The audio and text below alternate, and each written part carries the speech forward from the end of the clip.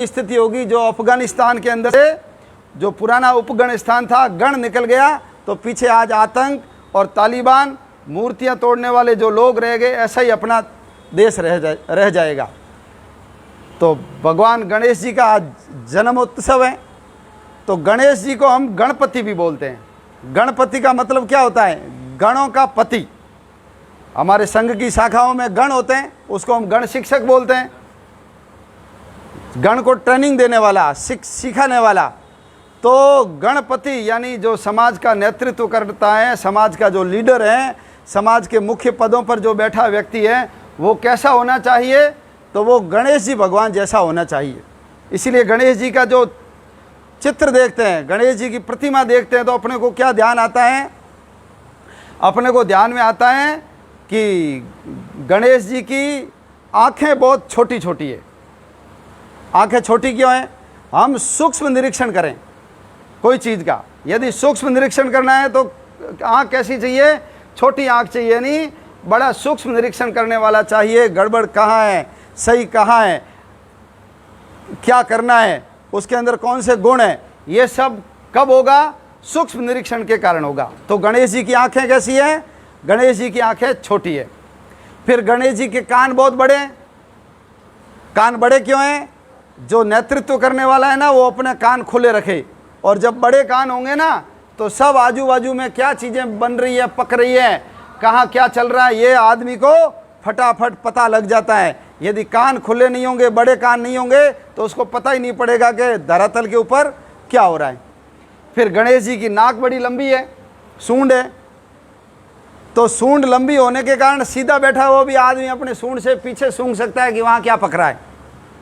तो नेतृत्व करने वाले की नाक कैसी चाहिए? सूंघने वाली चाहिए, तेज चाहिए, पता लग जाए कहाँ क्या हो रहा है। और यदि पता नहीं लगाएगा तो गड़बड़ हो जाएगी। और ऐसे ही गणेश जी का पेट कैसा है? बड़ा मोटा पेट है। तो जो मुख्य पदों पर बैठा है, उसके पास में बहुत सारी बातें आकर के लोग कहते हैं, तो वो पचाने वाला चाहिए। ऐसा नहीं आपने मेरे को बात कही और मैंने मेरी बात इसको बोल दी, और इसकी बात थी वो मैंने इसको बोल दी, तो क्या हो जाएगा? झगड़े हो जाएंगे। इसलिए जो लीडर होता है ना, उसका पेट हमेशा कैसा चाहिए? बड़ा चाहिए। वो सब चीज़ों को पचा ले, ऐसा उनका पेट चाहिए। गणेश जी महाराज का दांत है। बोलते हैं ना, हाथी के दांत दिखाने के अलग हैं और खाने के अलग हैं। तो ये जो बाहर दांत हैं, ये किसके लिए है? ये केवल दिखाने के लिए। लेकिन असली दांत कहाँ होते हैं? अंदर होते हैं। इसलिए हमारे अंदर क्या है, वो हमसे बाहर प्रकट नहीं होना चाहिए।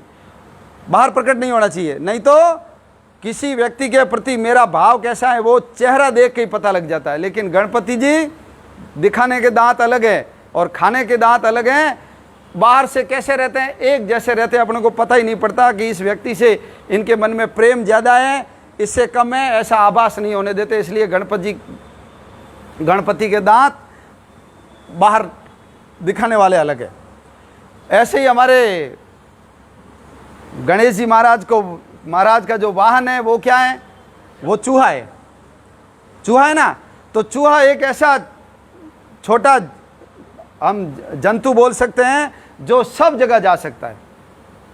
शंकर भगवान के तो बैल है, वो हर जगह नहीं घुस सकता। मोर भी हर जगह नहीं जा सकता, हाथी तो बिल्कुल भी नहीं जा सकता। लेकिन चूहा ऐसा है, वो ठेठ कमरे के ठेठ दरवाजे के पीछे कोई पलंग पड़ा है, पलंग के नीचे कोई टंकी पड़ी है, मटकी पड़ी है, वो कहीं भी जा सकता है। तो हमारे जो गुप्तचर हैं वो कैसे चाहिए? चूहे जैसे चाहिए। कहीं से भी जाकर के, छोटी सी छोटी जगह बिल है, उसमें जाकर के भी वहाँ से हमको रिपोर्ट ला करके दे सकते हैं। इसलिए गणेश जी का वाहन क्या है?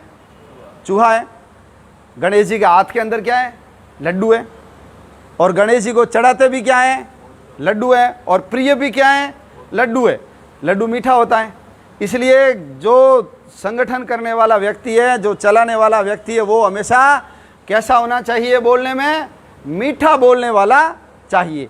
और मीठा बोलने से ही लोग अपने से जुड़ते हैं। इसलिए गणेश जी हमेशा मीठा पसंद करते हैं, मिठाई खाते हैं, मिठाई बोलते हैं, और हाथ में भी हमेशा क्या रखते हैं? मिठाई रखते हैं। तो ऐसे हमारे गणेश जी महाराज की आज जन्म तिथि है, उनका जन्मदिन है, अपन सब लोगों ने मिलकर के मनाया है। 1893 में इसकी, वैसे तो सदियों से मना रहे हैं, लेकिन लोकमान्य बाल गंगाधर तिलक जी ने 1893 में अंग्रेजों को भारत से भगाना है, जन जागृति आनी चाहिए, घर घर के अंदर लोगों में अंग्रेजों के खिलाफ गुस्सा होना चाहिए, अंग्रेजों के प्रति नफरत, और इनको भारत से वापस भगाना है। तो ऐसी जन जागृति कैसे आएगी? इसलिए उन्होंने ये गणपति उत्सव चालू किए, घर घर में मनाते थे, लोग आते थे, और धार्मिक कार्यक्रम में अंग्रेजों को पता भी नहीं पड़ता था, और वहाँ आकर के लोकमान्य बाल गंगाधर तिलक आज़ादी की अलख जगाते थे। इसलिए गणपति उत्सव अपने आरंभ हुए, और आज ये पूरे भारतवर्ष के अंदर हर गली मोहल्ले में, हर घर घर के अंदर इसको मनाया जाता है। आज अपन सब लोगों ने आज गणपति